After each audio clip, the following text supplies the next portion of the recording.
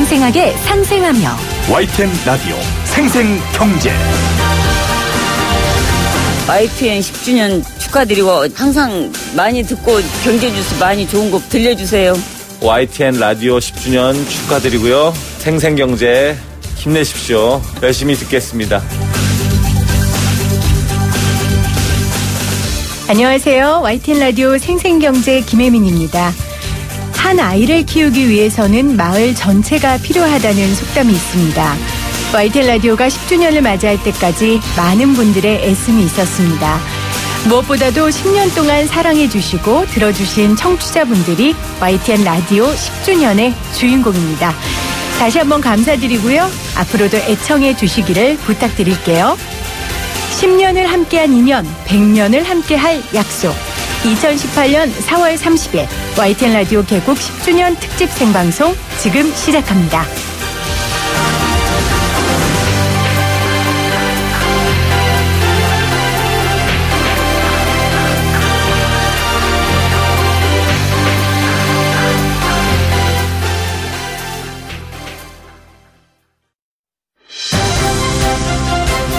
YTN 라디오 공식 응원단 YTN 라디오 서포터즈를 찾습니다.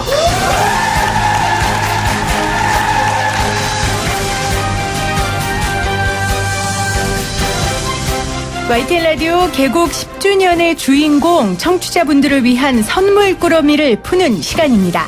YTN 라디오가 개국 10주년을 맞아서요. 서포터즈를 찾고 있습니다. 오늘 하루 종일 이 서포터즈라는 말씀 들으셨죠? YTN 라디오에 대한 애정을 확인해보는 시험을 통과하시면 저희가 선정을 해서 서포터즈로 선정해 드리고요. 그리고 선물을 드립니다.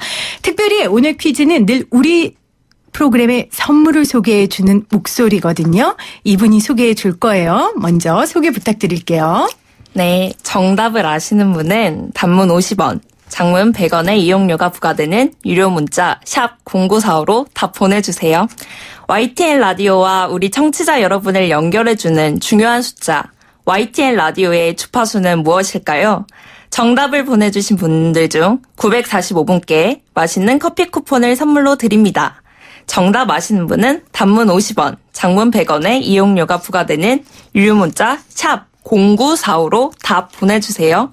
정답 보내실 때 서포터즈라고 머릿말을 붙이시면 당첨될 확률이 더 높다는 거 잊지 마시고요.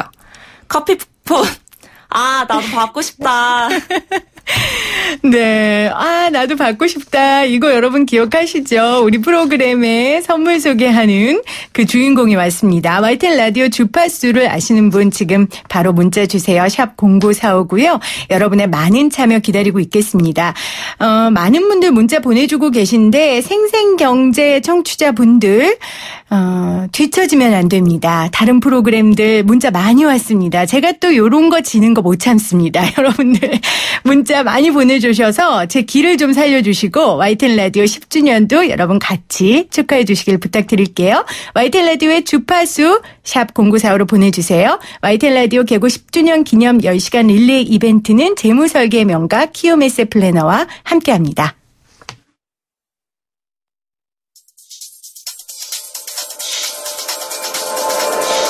보도 전문 채널 라디오 YTN의 개국 10주년을 축하드립니다. 저는 보건의료노조 최희선 서울지역 본부장입니다. 생생경제를 통해 간호사들의 목소리를 낼 수 있어서 저희 간호사들에게 든든한 힘이 되는 YTN 라디오인데요. 몸과 마음의 상처와 아픔을 치유하는 간호사들도 사실 여러 부분에서 속상하고 힘든 부분이 많은데요. 모두가 보고 있지만 제대로 알지 못했던 이야기, 그런 소식을 더 많이, 더 자세히 전하는 YTN 라디오를 기대합니다. 뉴스는 YTN 라디오, 생생경제도 응원합니다.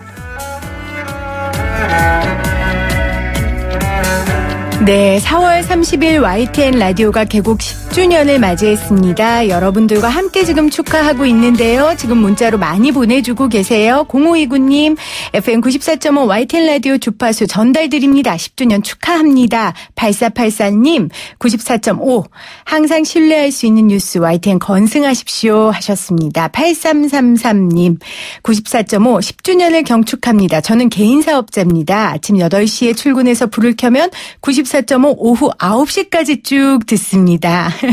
950님, 나도 받고 싶다. 정답 94.5 좋은 날 되세요. 이렇게 보내주셨는데요. 여러분들의 문자 계속해서 받습니다. 서포터즈라고 앞머리 달아주시거나 아니면 우리의 주파수 맞춰주시는 분들 선정해서 선물 보내드리도록 하겠습니다. YTN 라디오 생생경제는 그럼 10주년에 무슨 이야기를 해야 할까 고민하다가요. 지난 10년 동안 어떤 경제 뉴스들이 있을지 한번 돌아보면 의미가 있을 것 같습니다. 윤석천 경제평론가 나오셨어요. 안녕하세요. 예, 안녕하세요. 네, 예. 오늘 우리 열도 생일이에요. 축하드립니다. 감사도 드리고요. 감사도 드리고 그렇죠. 아까 우리 평론가님이 이렇게 뜻깊은 자리에 초대해 주셔서 감사합니다. 이렇게 인사해 주셨잖아요. 네, 우리 청취자분들께 YTN 라디오 계속 사랑해달라고 우리 평론가님 부탁 한번 해주세요. 사실 축하드리고요. 감사해야 될 일입니다. 지금 정보화 시대잖아요. 맞아요. 24시간 어떻게 보면은 실시간으로 뉴스를 들을 수 있다는 거는 그야말로 행운이죠. 사실 이런 방송을 해주시는 방송국이 있기 때문에 네. 사실은 그 소비자들, 청취자들 네. 아니면 시청자들은 일면으로는 감사하기도 하고 또 행복하기도 하고 네. 그렇습니다. 예. 저희는 또 들어주시는 분들이 있으니까 신바람 나서 뉴스 하는 거거든요. 여러분들 그렇죠. 많이 들어주시고요. 10년 동안의 경제 뉴스를 추리는 게 쉬운 일이 아니었습니다. 주말 내내 평론가님 좀 힘드셨다고요. 예, 그렇죠. 네, 근데 어떻게 보게 되면 10년 동안에 아주 굵직굵직한 네. 어떤 현대사에서 아주 기록될 만한 뉴스들, 경제 뉴스들이 진짜 많았어요. 네. 그래서 새삼스럽게 정리하는데 약간 힘은 들었지만 네. 그래도 다른 때보다는 좀 간단했습니다. 네. 예. 자, YTN 라디오가 개국한 2008년에 사실 아주 큰 경제 뉴스가 있었습니다. 그렇죠. 2008년 시작된 글로벌 금융 위기인데 네네. 이 글로벌 금융 위기로 인해서 정말 국내도 그렇고요. 외국 해외도 많은 영향들이 있었습니다. 네네네. 먼저 이 글로벌 금융 위기가 일어났던 배경부터 좀 간단하게 짚어 주실까요? 2000년대 초반에는 지금처럼 저금리 시대였었어요. 네. 그러니까 저금리 시대니까 사람들이 돈을 많이 빌렸겠죠. 그렇죠. 특히 미국에서는 부동산 대출을 엄청나게 많이 해줬습니다. 근데 신용등급이 어느 정도 되는 사람들한테만 해준 게 아니라 무직자, 학생들한테도 막 무차별적으로 부동산 대출을 해준 거예요. 왜 그러냐면 당시에는 부동산 가격이 막 오를 때니까 부동산 가격이 계속적으로 오를 거다 생각하고 금융회사들이 대출을 엄청나게 많이 해준 거죠. 근데 2004년부터 인플레이션이 발생을 하면서 미국의 중앙은행인 연준이 금리를 서서히 올리기 시작합니다. 그리고 2007년도에 5%가 딱 돼버린 거예요. 네. 그동안 그러니까 싸게 빌렸던 사람들이 돈을 못 갚는 일이 이제 엄청나게 많아진 거죠. 그렇죠. 막 무분별하게 대출을 했으니까. 그러면서 금융회사들이 엄청나게 위험에 처하게 됐고요. 네. 실질적으로 2007년부터 그러니까 모기지, 그러니까 주택담보대출을 해줬던 우리나라의 저축은행 규모들이 훨씬 크죠. 어떻게 보게 되면 그런 은행들이 서서히 무너지기 시작합니다. 그 과정에서 이제 네네. 2007년도에 미국 탑10 안에 드는 초대형 모기지론 대부업체인 서브프라임 모기지 사태. 네, 그게 이제 마찬가지로 닥친 거죠. 네. 그런데 그게 이제 지금으로 따지면 제1금융까지 올라붙게 됩니다. 그게 바로 리먼 브라더스의 그 2008년의 파산인데요. 네. 리먼 브라더스가 어떤 회사냐면 1850년에 만들어진 회사예요. 150년 이상 되고. 자랑하는. 그렇죠. 우리가 익히 들고 있는 모건 스탠리라든지 메릴 린치라든지 골드만삭스 다음에 미국의 4위의 초대형 투자은행이 파산을 하게 됩니다. 어떻게 그런 일이 있습니까? 파산 규모는 6천억 달러. 와. 우리나라 당시 환율로 기준으로 한 720조 정도 되니까 미국 사상 최대의 파산이 돼버립니다. 네. 그러면서 이제 세계 경제는 급속히 대공황 국면에 이어진 1930년대 대공황 국면에 이은 깊은 침체로 들어가게 되죠. 그렇죠. 미국이 세계 GDP 20%를 차지할 정도니 네네. 미국의 금융위기가 당연히 글로벌 금융위기로 이어지는 거고요. 네네네. 그 첫 번째로 쓰러진 조각이 바로 그리스라고 할 수 있겠죠. 그렇죠. 우리나라도 당시에는 굉장히 힘들었지 않습니까? 네. 이제 미국에서 풀려나왔던 신흥국이라든지 각지로 흩어졌던 돈들이 미국 내로 환류를 급격히 하면서 돈 빌려지기는 점점 힘들어지고 한국의 그 원달러 환율도 당시에 한 1,600원 정도 갔었죠. 네. 근데 마침내는 그게 이제 유럽으로 파생이 됩니다. 유럽으로 파생되는 원인은 뭐냐면은 그리스 같은 경우는 국가 부채가 엄청났었어요.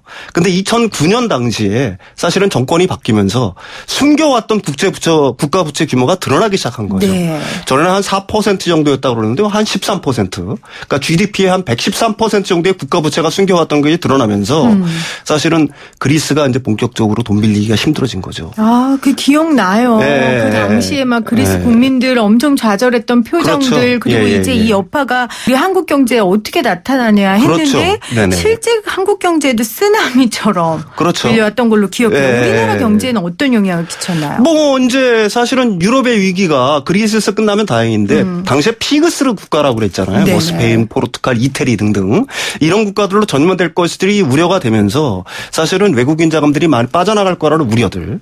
그게 이제 제일 컸죠. 그러면서 이제 원달러 환율이 아까 얘기했지만 폭등하는 증세가 하여튼 그런 위기들이 부각될 때마다 네. 사실은 한국에 커다란 영향들을 끼쳤습니다. 예. 맞아요. 예.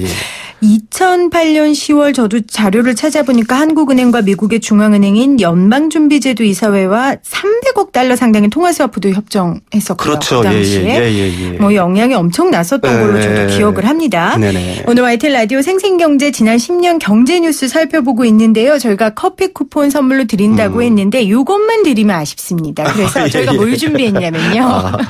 AI 스피커를. 아, 요즘 핫하죠. 그거. 요즘 핫하죠. 역시 경제평론가는 아시네요. 네네네. 이거 아직도 모르시는 분들 계세요. 아, 그래요? 네. AI 스피커 저희가 2분 선정해서 드릴 텐데 이 2분은 뭐라고 문자 보내면 드릴까요?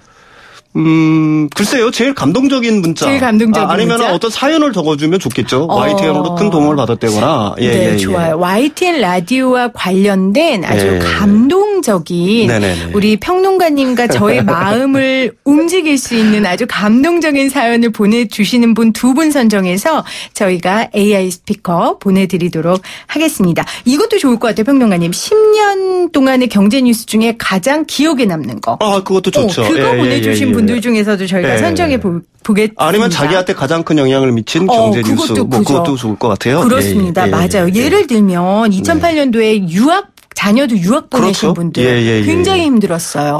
그렇죠. 뭐 원달러 환율이 1,600원 정도 갔으니까 맞아요. 거의 한 40% 정도를 더 보냈어야 돼. 30% 내지 40% 돈을 더 보냈어야 됐습니다. 네. 그런 뉴스들 여러분들 보내주세요. 그러면서 이제 그때 제로금리라는 게 등장을 했어요. 제로금리. 그렇죠. 진짜 제로금리가 말 그대로 0%라는 거예요? 단기 금리가? 아, 그렇죠. 네. 미국도 얼마 전부터는 뭐 금리를 올리기 시작해서 지금 한 1.5% 정도 되지만 그전까지는 0%였고요. 유럽 중앙은행 같은 경우는 제로 포인트도 모자라서 마이너스 금리까지 실행하지 않았습니까? 맞아요. 은행에 갖다 돈을 맡기면 돈을 내야 돼요, 오히려. 그런 어떻게 보게 되면 전에는 전혀 상상할 수 없던 시대가 새롭게 시작이 된 거죠. 네. 그렇다면은 이제 2008년에 국제적인 이 경제 위기가 한 10년이 흘렀단 말이에요. 10년이 지난 지금 평론가님이 판단하시기에 어느 정도 회복됐다고 보세요? 경기는 미국은 굉장히 견고한 흐름세를 보이고 있습니다. 이 미국이 3% 성장을 한다는 건 엄청난 거거든요. 근데 지난해 뭐 2분기, 3분기에는 실질적으로 3% 이상 성장을 했고요. 유럽도 깊은 침체에서 허덕이다가 플러스 성장을 하고 있습니다. 특히 일본 지역 같은 경우도 뭐 20년 경기 침체라고 얘기를 했잖아요. 근데 요즘 사람이 없어서 힘들지만 사람 구하는 게 너무나 힘들다 이런 형식으로 일본 경제도 많이 회복이 된 상태고요. 마찬가지로 한국은 역시 뭐 3% 성장을 했으니까 사실은 많이 회복됐다고 할 수가 있겠죠. 네. 그래도 과제는 아직 많이 남아 있죠. 네네네. 네. 전 세계 국민들, 시민들이 정말 허리띠를 졸라매고 달려온 10년이었습니다. 그렇습니다. 그렇죠? 모든 분들께 박수를 보내면서요. 문자 좀 소개할게요. 5024님 어떠한 외압에도 흔들리지 않는 큰 바위가 돼주세요. 7253님 YTN 10주년 진심으로 축하드립니다. 정답 94.5고요. 저는 인천을 누비고 다니는 8번 시내버스 승무원 김충규입니다. 근무 시작부터 끝날까지 라디오 1번에 94.5 착착 입력하고 손님들께 두루두루 전파하고 확실히 감염시키고 있습니다. 이런 말은 이런 감염은 좋습니다. 그렇죠? 이런 감염 좋고요. 그리고 또 새싹분들 많이 남겨주셨어요. 0966님 축하 10주년 개국 축하합니다. 김혜민 PD님 낭낭한 목소리 감사합니다. 이렇게 보내주셨는데 이런 문자 꼭 소개해야 됩니다. 그렇군요. 평론가님 너무 웃으시네요. 아니 목소리가 굉장히 낭낭하셔가지고 듣는 분들이 기분 좋을 것 같아요. 감사합니다. 자, 8700님, 아침 출근길 중학생 딸이랑 등교시켜주면서 출근하는데 아빠는 맨날 시사만 들어 하면서 아침부터 잔소리 들으면서 일 끝날 때까지 듣고 있습니다 하셨는데 진짜 YTN 라디오 들으면서 논술 준비한다는 네네네. 고등학생들도 많았어요. 아, 그래요? 그럼요. 오늘 요 경제편 들으시면 앞으로 10년간 논술에서 경제 이야기 나올 때 잘하실 수 있습니다. 그렇게 되기를 바랍니다. 네, 감사합니다. 예. 자, 다음 뉴스 한번 살펴볼게요. 저는 브렉시트. 네네네. 이 충격을 또 잊을 수가 없습니다. 당시에 사실은 영국이 유럽연합 나가면 줄줄이 이어질 거라고 했는데 또 시간이 지나다 보니까 또 그렇지도 않았어요. 네. 사실은 뭐 영국하고 유럽 대륙하고는 좀 문화가 서로가 다르잖아요. 네. 그러니까 영국이 어떻게 보고는 유럽연합 자체에 포함이 됐다는 것 자체가 사실은 그게 그 자체가 기적이었다. 이렇게밖에 말씀을 못 드리는 거고. 사실은 영국과 유럽 대륙의 문화는 서로 다르기 때문에 사실 브렉시트는 어떻게 보면 필연이었다라고 할 수가 있겠죠. 네. 또 유럽 대륙 내에서 뭐 줄줄이 나가겠다고 했지만 줄줄이 나갈 수가 없는 게 왜냐면 나가는 순간에 자기들은 많은 거를 잃습니다. 그렇죠. 왜 그러냐면 유럽 연합이라는 건 유로존이라는 공동체로 묶여 있는 거고 서로가 무관세잖아요. 네. 그다음에 그 거주 이동의 자유라든지 이런 것들이 상당 부분 막히기 때문에 그렇죠. 나가는 국가들은 유럽 연합에 탈퇴하는 국가들은 그만큼의 손해 아니면 미래의 손해를 갖다가 감수를 해야 되는데 그게 사실은 쉽지 않은 결정이겠죠. 네. 예. 그래서 다들 충격을 받았었어요. 네. 그렇게 될 거라고 생각들을 못 했었는데 필연이라고 말씀은 하셨지만 사실 저는 설마 영국이 그러겠어 이런 생각 했었거든요. 그래서 브렉시트가 이제 또 제일 중요한 건 우리 경제에 미치는 영향 그때도 엄청난 보도를 했었는데 실질적으로 데이터가 있습니까? 사실 그때는 YTN에서도 저한테까지 연락이 와가지고 인터뷰를 하자고 그랬는데 내가 그때 방송을 엄청나게 했어요. 이 브렉시트에. 시간이 없어서 못했는데 그 브렉시트의 영향이 엄청날 거라고 대부분은 예상들을 했죠. 그렇지만은 뭐 우리 그러니까 외환 시장이라든지 증시라든지 한국 경제에 끼친 영향은 생각보다 그렇게 크지 않았습니다. 그 충격은 사실은 한 일주일 정도가 불과했고요. 그렇지만 왜 이렇게 됐냐라는 얘기를 한번 해볼 필요는 있어요. 브렉시트가 확정되는 날짜, 지금까지 이제 협약에 의해서 확정된 날짜는 내년 3월 29일입니다. 내년 3월 그때가 29일. 돼봐야지 정확하게 그 브렉시트의 영향, 그 세계적인 어떤 세계에 미치는 영향들이 아마 본격적으로 나타나기 시작할 거예요. 다만 그동안에 이제 완충 기간, 어떤 사람은 그런 식으로 표현을 했죠. 브렉시트를 갖다가 세계에서 가장 복잡한 이혼이다. 가장 복잡한 이혼이다. 그 이혼을 갖다가 몇 년 동안 지금 하고 있는 건데 많이 완충은 됐겠지만은 사실은 그 충격은 내년 3월 29일 영국이 실제로 브렉시트를 완료를 해서 진짜로 유럽연합에서 탈퇴하는 순간에 어느 정도 가시화될 수 있는 그런 거는 아직도 남아있다고 볼 수가 있겠죠. 이건 저희가 개국 20주년 때 10주년 뉴스 돌아보면서 정말 브렉시트가 어떤 영향을 끼쳤는지 알 수 있겠네요. 그렇게 볼 수가 있겠죠. 그때도 우리 둘이 이렇게 할까요? 저는 그렇게 됐으면 좋겠는데. 저도 그랬으면 좋겠습니다. 자, 시간이 별로 없네요. 국내 경기 이야기를 좀 해보죠. 제가 각 정권의 경제 키워드를 생각해 봤는데요. 이명박 정권은 낙수 효과, 박근혜 정권은 초이노믹스, 문재인 정부는 소득 주도 성장이 아닐까 이런 생각을 했는데요. 그럼 낙수 효과부터. 낙수 효과 성공했다, 실패했다. 아주 정확하게 짚으셨는데 낙수 효과는 사실 실패했습니다. 비즈니스 플랜들이라고 그래가지고 기업들을 도와주면은 그 돈이 아래로 퍼질 거라고 했지만 기업들 유고복만 엄청나게 쌓였었죠. 밑으로 흐르지는 않고. 낙수 효과가 성공한 사례가 있습니까? 거의 없습니다. 거의 없는데도 아직도 많이들 그 주장들을 하죠. 그 효과가 있을 거라고. 그래서 이제 문재인 정부에서 나온 게 소득 주도 성장이잖아요. 그렇죠. 이거는 그러면 성공할 것이다? 못할 것이다? 저는 개인적으로 성공할 거라고 봅니다. 어떤 근거로요? 왜 그러냐면은 그 보통 사람들의 주머니가 든든해지면은 쓸 수밖에 없어요. 부자들이 돈이 많다고 그래 천 끼를 먹을 수 있는 것도 아니고 자동차 1000대를 살 수 있는 것도 아니지 않습니까? 그렇지만 서민들은 돈이 들어오면 쓰게 돼 있습니다. 일단 소비가 원활해지면은 기업들의 생산, 투자들이 활동을 받을 거고요. 그게 바로 소득 위주의 성장이겠죠. 경제는 돌아갈 수 있는 여지가 많죠. 지금 한국 경제가 어려운 이유는 소비 위축이잖아요. 그러니까 서민들의 호주머니가 든든하지 않기 때문에 자꾸 소비 위축이 되는 건데 든든해지게만 해준다고 하면은 결국은 소비는 늘어날 수밖에 없는 거고 성장은 가셔야 될 수밖에 없겠죠. 네. 예, 예. 이것도 20주년 방송 때 문재인 정부에서 소득 주도 성장해서 경제가 좋아졌다. 예, 진짜 예. 서민들이 잘 살게 됐다라는 뉴스를 전했으면 좋겠네요. 아이, 저도 그런 날이 오기를 기대합니다. 네, 기대합니다. 예, 예, 예. 그럼 전망을 좀 해보죠. 예. 이제 남북정상회담의 경제적 효과 저희가 뭐 생생경제에서도 특집 좌담회를 하기는 했는데 네네. 남북정상회담이 가져온 한반도의 경제의 변화 네네.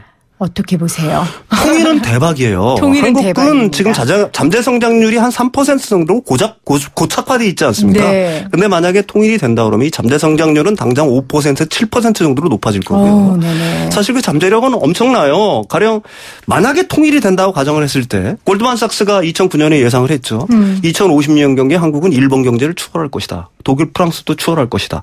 생각만 해도 기분이 좋죠. 2.2배에 달하는 맞아요. 영토, 7천만에 달하는 인구. 너무 그러면은 좋네요. 내수 기반도 훨씬 튼튼해질 거 아닙니까? 그거는 뭐 통일이 됐을 때고요. 단지 바람이죠. 그렇지만 이제 지금 당장 그 판문점 선언에서는 일단은 경협은 그렇게 주안점은 아니었어요. 네. 비핵화가 주안점이었는데 네. 그나마라도 그래도 포함이 됐습니다. 왜 그러냐면 이거는 뭐 대북 제재 국면이 계속 진행되고 있기 때문에 유엔에서 사실은 우리는 경협도 비핵화 못지않게 중요한 의제인데 이번 의제에서는 살짝 빠진 감이 있죠. 그래도 그나마 좀 포함된 부분들이 있습니다. 네. 가령 뭐 철도 연결, 끊어진 혈맥을 잇는 거죠. 그 철도 연결이라든지 서해안 쪽의 그 평화협력지대 구상, 그다음에 개성공단의 재개.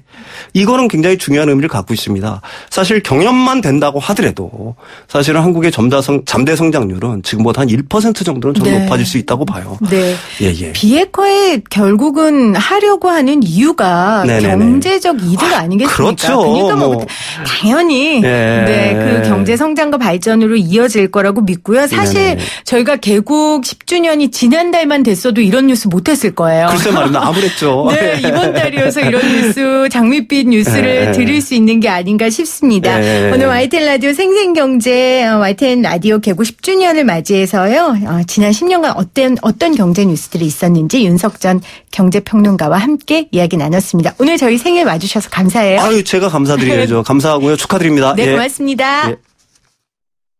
8273님, 2008년 외환위기의 피해자 중에 하나입니다. 영국 유학을, 보냈는데, 딸을 영국 유학 보내셨대요. 근데 그때 너무 힘드셨다고요. 몹시 힘들었지만 그래도 잘했다는 생각이 듭니다. 지금 방송국 취직해서 결혼까지 해서 알콩달콩 잘 살고 있습니다 했는데, 네, 어버이 은혜에 응답하시기를 8273님 바랍니다. 4875님, 나이는 적지 않지만 경제라면 관심도 없고 머리 아팠는데요. 생생경제 들으면서 좀 더 가깝게 알게 됐어요. 10년, 20년, 훗날까지 함께 했으면 좋겠어요. 이렇게 남겨주셨네요. 여러분 감사하고요. 샵 0945로 계속해서 여러분 문자 받겠습니다. 우리 방송은요. 방송통신위원회의 방송발전 기금을 받아서 제작하고 있고요. 포스코와 함께합니다. 저는 2부에 다시 올게요.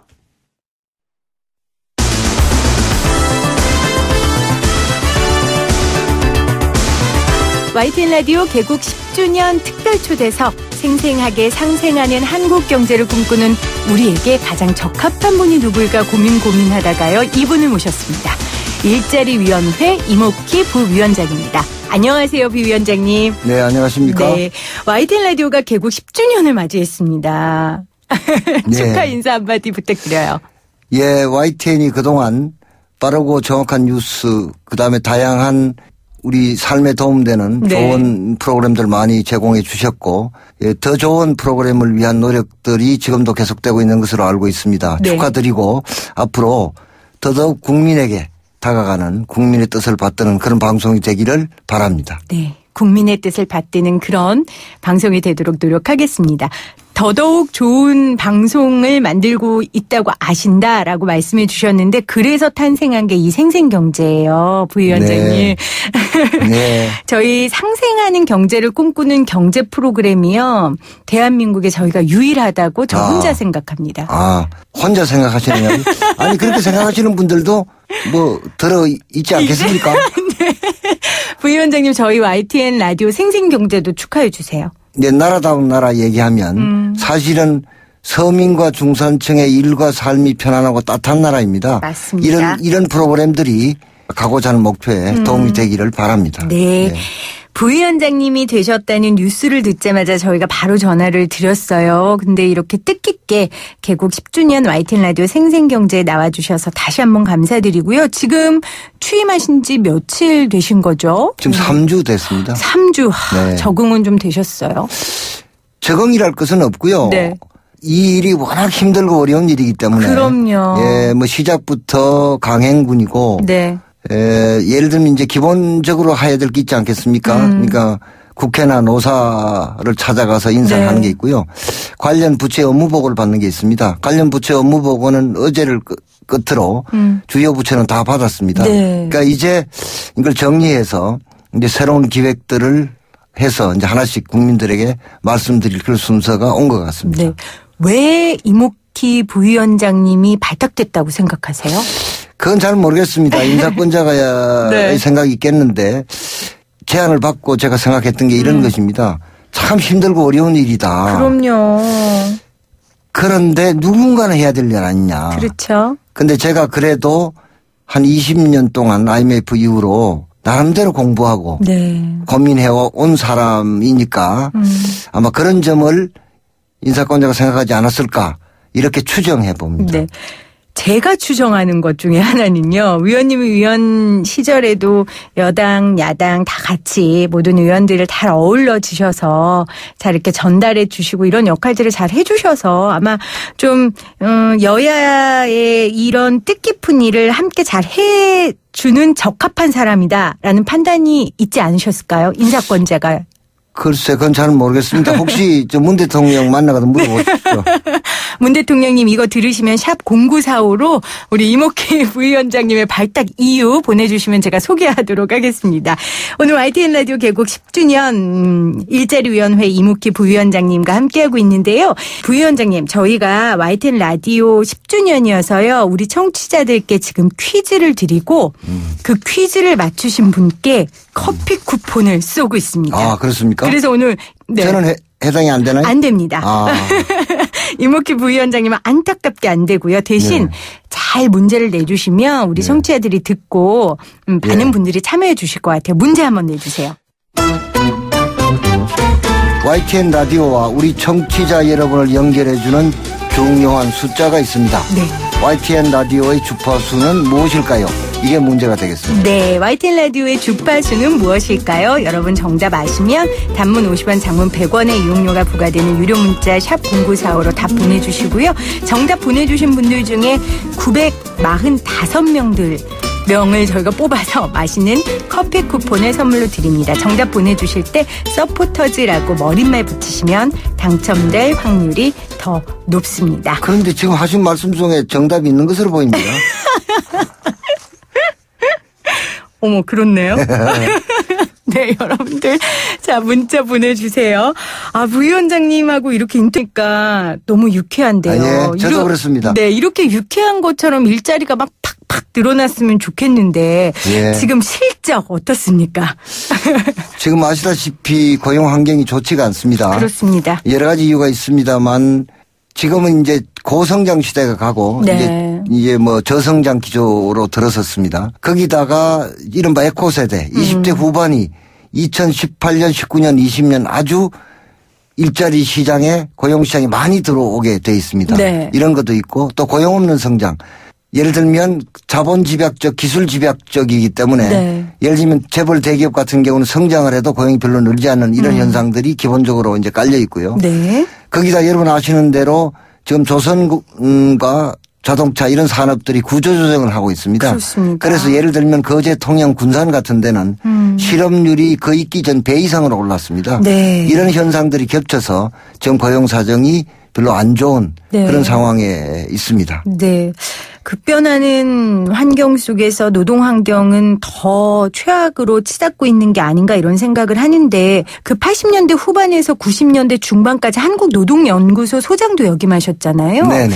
부위원장님께서는 노동운동을 20년을 하셨으니까 그때의 노동 환경도 만만치 않게 어려웠잖아요. 그때는 지금보다 훨씬 어려웠다고 말씀드릴 수 있습니다. 네. 뭐 그때는 일자리 구하기는 지금보다는 좀 쉬웠습니다. 네.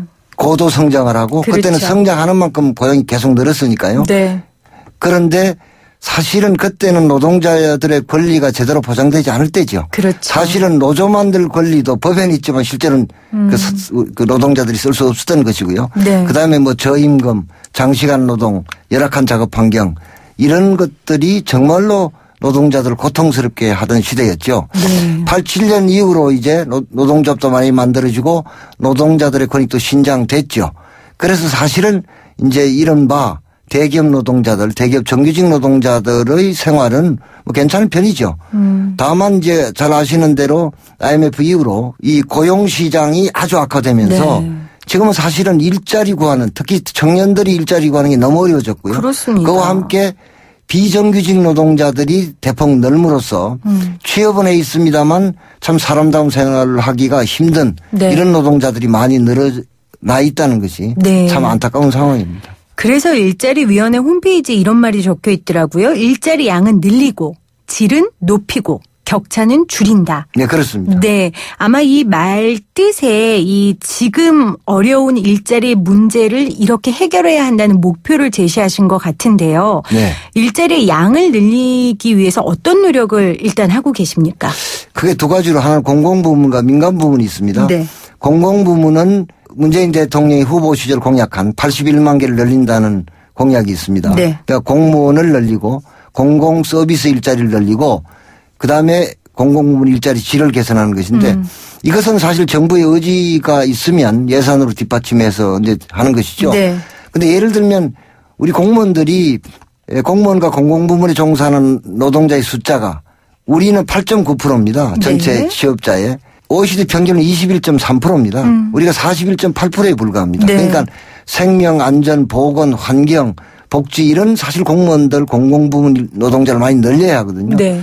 근데 다만 이것은 국회 예산 심의를 받아야 하기 때문에. 그렇죠. 그래서 예. 요즘 골머리 좀 아프시죠? 예. 그런 이제 문제가 있습니다만. 네. 제가 이거는 어쨌든 끈질기게 정성을 다해서 할 생각입니다. 와. 그다음에 민간 부문은 네. 사실은 이제 민간 부문의 기업들이 지불 능력이 올라가야 되거든요. 네. 근데 이건 뭐 짧게 말씀드리면 우선 성장의 고용 탄력성이 높은 중소기업 서비스 산업을 획기적으로 지원해야 합니다. 네. 두 번째는 창업, IT 벤처 창업과 관련돼서 장벽을 다 없애야 합니다. 예를 네. 들면 아이디어와 기술만 있으면 돈 없어도 정부의 지원으로 회사 만들 수 있고 그 회사 만들어서 제품과 용역 만들면 정부나 지자체가 우선 사주고 뭐 이런 노력이 필요하고요. 네. 세 번째는 중요한 것입니다만 재벌 대기업의 협력업체가 상생을 해야 됩니다. 네. 지금 재벌 대기업은 보통 영업이익률이 대략 10% 수준이고 협력업체는 1, 2% 수준입니다. 재벌 대기업 이 영업이익률이 조금만 낮춰서 협력업체를 도와주면 사실은 많은 일자리 생길 수 있습니다. 그게 상생 경제죠. 네. 맞습니다. 그리고 지금 이제 법정으로 52시간 근로시간이 돼 있습니다만 네. 사실은 사람답게 살려면 근로시간이 더 줄어야죠. 네. 이 근로시간을 노사 합의로 단축하고 그 빈자리에 신규 채용을 하게 되면 일자리가 늘게 됩니다. 근데 이걸 위해서는 노사의 상호 양보가 필요하고 네. 정부의 지원이 함께 필요하다. 네. 이렇게 말씀드릴 수 있습니다. 지금 부위원장님께서 공공부문과 민간부문으로 나누어서 이제 일자리 창출을 위해 어떤 노력들을 해야 되는지 말씀해 주셨는데요. 근데 부위원장님, 이제 민간부문에 있어서 뭐 획기적으로 지원해야 된다. 근로시간을 줄여야 된다. 너무 좋아요. 근데 한편으로는 이제 비판을 하는 거죠. 정부가 무슨 돈이 있어. 그리고 이렇게 자꾸 퍼주면 안 돼. 이런 비판들 많이 들으셨죠. 그 비판에 대해서는 어떤 답변을 하시겠어요? 우선 공공부문 왜 세금 가지고 공무원 그렇죠. 늘리냐는 거 아닙니까? 네. 아까 말씀드린 것처럼 선진국 가기 위해서는 공공부문 노동자 훨씬 늘어야 합니다. 네. 선진국 그러니까 우리는 41% 1.8%밖에 안 되지 않습니까? 네. 공공서비스가 늘어나야 나라다운 나라입니다. 그리고 또 하나는 우리 젊은이들의 지금 급박한 일자리 사정을 한번 생각해 보십시오. 그 공무원 되려고 줄 선 우리 아들, 딸들 한번 생각해 보십시오. 네. 그것 좀 우리가 보셔야 된다고 생각합니다. 민간 부문에서 예를 들어서 아까 제가 창업을 얘기했습니다만 젊은이들이 아이디어와 기술만 있으면 창업할 때 담보 없이 돈 빌려주고. 네. 그러면 예를 들어서 성공하면 2, 3년에 일자리가 많이 생깁니다. 네. 그럼 망하면 어떻게 할 거냐. 정부가 책임지면 됩니다. 한 번 실패한 사람은 다음에 성공할 확률이 훨씬 높습니다. 그러니까 젊은이들에게 실패할 기회를 주자. 그리고 실패, 정부가 담보로. 그 실패한 젊은이가 그다음에 성공합니다. 네. 그러니까 국가가 진짜 든든한 부모의 역할을 하겠다. 그렇습니다. 네, 이렇게 말씀을 해주셨습니다. 근데 아까 전에도 짧게 제가 잠깐 언급했지만 결국은 이게 돈의 문제인데 지금 추경 문제 때문에 골치가 아프시다 제가 이렇게 말씀드렸어요. 네. 끈질기게 하시겠다고 하셨는데.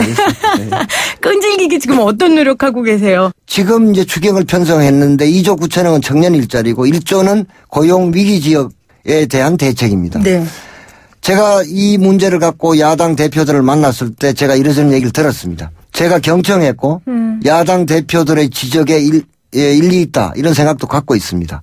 그래서 앞으로 예산을 편성하거나 할 때 그 야당 대표들이 지적한 야당 의원들이 얘기한 것을 반영하도록 노력하겠습니다. 네. 그러나 지금은 너무 급합니다. 네. 지금 사실 숨이 넘어가는 이런 지경입니다. 네. 그러니까 앞으로 그걸 경청하고 반영하도록 노력할 테니 네. 현재 이 정말 급박한 사정을 해결하는 청년 일자리 예산, 고용 위기 지역 예산 네. 신속히 심의해서 통과시켜 주시기를 정말 간곡히 당부드립니다. 네. 일자리위원회 위원장인 문재인 대통령이 이런 이야기를 했습니다. 일자리가 성장이고 복지입니다. 일자리는 국민의 권리입니다. 뭐 당연한 네. 말인데요. 근데 이제 문제는 이게 정권과 상관없이 이게 계속돼야 되는데 일자리위원회가 사실은 뭐 정권이 바뀌면 없어질 수도 있고요. 이런 건 사실 지속성을 둬야 되는 사업인데요. 어떻게 생각하세요, 위원장님? 저는 이거는 뭐 어떤 정권이 들어서더라도 형태가 좀 변하더라도 저는 더 강화된 형태로 존재할 것이라고 예측합니다. 그 네. 이유는 지금 앞으로 한 4, 5년 동안 일자리가 모든 국정의 중심에 서게 돼 있습니다. 이거 해결 못하면 맞아요. 다른 거 아무리 잘해도 평가받기 어려운 상황입니다. 네. 좋은 괜찮은 일자리야말로 한 개인의 가족 행복한 삶 그 출발입니다. 네. 그리고 이게 해결됐을 때 나라다운 나라 사람 사는 세상이라고 말할 수 있습니다. 그리고 국민들의 인식이 지금 많이 변화하셨다고 생각합니다. 예를 들면은 일자리를 중심에 두고 일자리를 해결하는 정부가 훌륭한 정부다. 그리고 일자리 문제가 뭐 몇 년 노력했다고 말끔히 해결되는 게 아니지 않습니까? 네. 그러니까 앞으로도 일자리 문제가 서구 선진국에 보여지는 것처럼 모든 국정의 중심 과제가 될 수밖에 없다. 따라서 어느 정부가 들어서더라도 형태는 좀 변하더라도 네. 일자리에 대한 종합적인 컨트롤 타워는 계속해서 이어질 수밖에 없는 그런 상황이고 국민들의 요청이다. 이렇게 생각합니다. 네. 마지막으로 가장 요즘 사람들이 많이 갖고 있는 질문을 제가 좀 대신해 드릴게요. 최저임금 상승 문제. 네. 좋은데 이것 때문에 결국은 나는 회사도 잘렸다. 그러니까 아르바이트도 잘렸다. 막 이런 분들 계세요. 예. 분명히 있어요. 부위원장님. 이건 저희가 어떻게 받아들여야 될까요? 최저임금 인상은 꾸준히 돼야 하는 것입니다. 왜냐하면 아주 저임금 노동자들의 소득을 높여줘야 네. 그래서 그분들이 사람다운 삶을 살 수가 있고 또 그 소득을 기반으로 내수가 좀 더 활발해지고 또 이게 다시 생산 증가로 이어지는 선순환을 할 수가 있습니다. 네. 다만 최저임금이 인상되면서 오는 파장들이 있을 수 있죠. 네. 특히 영세 자영업자들의 문제입니다. 사실 지난해 최저임금 올해 적용될 임금을 인상할 때 그건 문재인 정부가 들어선 직후였습니다. 사실은 다양한 준비를 촘촘히 하기에 조금 시간도 부족했습니다. 사실은 이제 최저임금과 관련된 문제는 두 가지입니다. 하나 현재 논란이 되고 있는 산입범위, 상여금, 숙식비 등을 포함시킬 거냐 말 거냐. 네.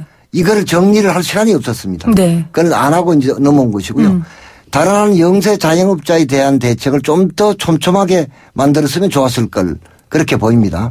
사실은 영세 자영업자 문제는 그동안에도 일자리 안정자금을 준다든지 카드 수수료를 인하한다든지 정말 이런 노력을 많이 했고요.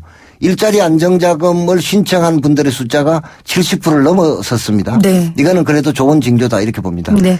최저임금을 인상해서 일자리가 줄어들었다라는 의미 있는 보고는 실정적 연구 보고는 없습니다. 근데 언론에서 왜 이렇게 많이 그렇게 쓰는 다만 거예요? 제가 다 찾아보니까요. 네. 미국의 한 연구 보고가 네. 짧은 시간에 최저임금이 급속히 올랐을 때 저임금 일자리 일부가 없어졌다. 이런 보고가 있습니다. 다 보고가 하나 있습니다. 네. 뭐 정부는 만약의 사태를 대비하니 그것도 다 하지요. 정부가 그러니까 지금 이제 서로 그런 현상이 나타나더라도 구조화된 현상이 아니라 마찰적 현상이다. 일시적으로 나타나는 이런 걸로 봅니다. 우리 부위원장님께서 그런 말씀 하셨잖아요. 지금 숨 넘어가는 지경이다. 그렇기 때문에 일단 숨 넘어가는 환자를 살려야 되니까 일단 좀 최저임금이라든지 이런 제도들을 좀 급하게 진행했고 그 뒤에 나오는 부작용들은 이제 서서히 그리고 확실하고 완벽하게 정부에서 대처해 주신다는 그런 말씀이시죠? 정부가 그런 대책을 선제적으로 내놓고 네. 노사 국민들이 다수가 네. 인정하시리라 이렇게 생각합니다. 네. 오늘 YTN 라디오 개국 10주년을 맞이해서 특별 초대석으로요. 우리 일자리위원회 이목희 부위원장님과 함께 진짜 우리에게 가장 급한 일자리 문제 이야기했고요. 부위원장님 마지막으로 퀴즈 한 번만 더 내주세요. 네. 퀴즈 한 번 더 내주시고 오늘 마무리하면 될 것 같습니다. 아까 했던 거 하는 거죠? 네, 맞습니다. YTN 라디오와 우리 애청자 여러분을 연결해주는 중요한 숫자입니다. YTN 라디오의 주파수는 무엇일까요? 네. 여러분들 오늘 부위원장님이 내주신 퀴즈 듣고요. 지금 샵 0945로 문자 보내주세요. 서포터즈라고 앞에 달아주시면 더욱 당첨될 확률이 높습니다. 저희가 몇 분 선정해서 커피 쿠폰 보내드리도록 하겠습니다. 정말 한국 경제를 생생하게 그리고 상생하게 만들어주시기를 부탁드리며 지금까지 일자리위원회 이목희 부위원장이었습니다. 부위원장님 고맙습니다. 네, 감사합니다.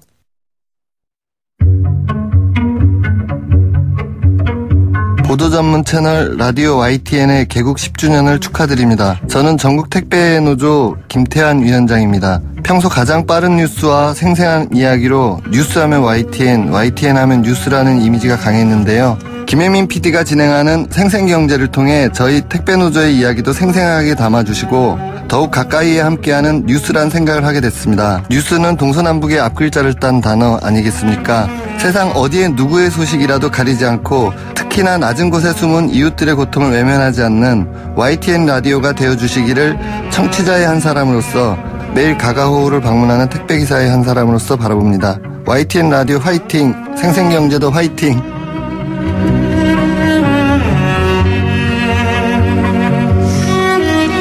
네, 오늘 축하 문자 여러분들 많이 보내주셨는데요. 몇 가지만 소개할게요. 2026님, TV 없애고 YTN 라디오 듣고 있어요. TV 보는 것보다 더 빨리 실시간 뉴스 들을 수 있고 경제, 시사, 재무 설계 등 다양한 정보 얻을 수 있어서 좋습니다.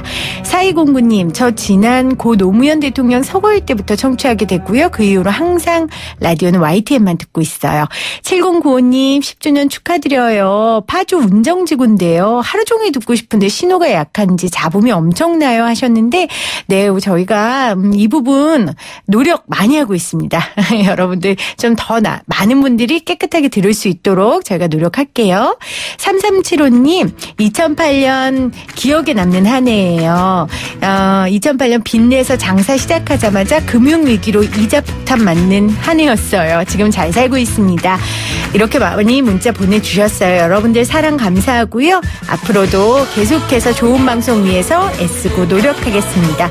저는 지금까지 김혜민 PD였고요. 내일 다시 올게요. 이 방송은 방송통신위원회의 방송통신 발전 기금으로 만들고요. 포스코와 함께합니다.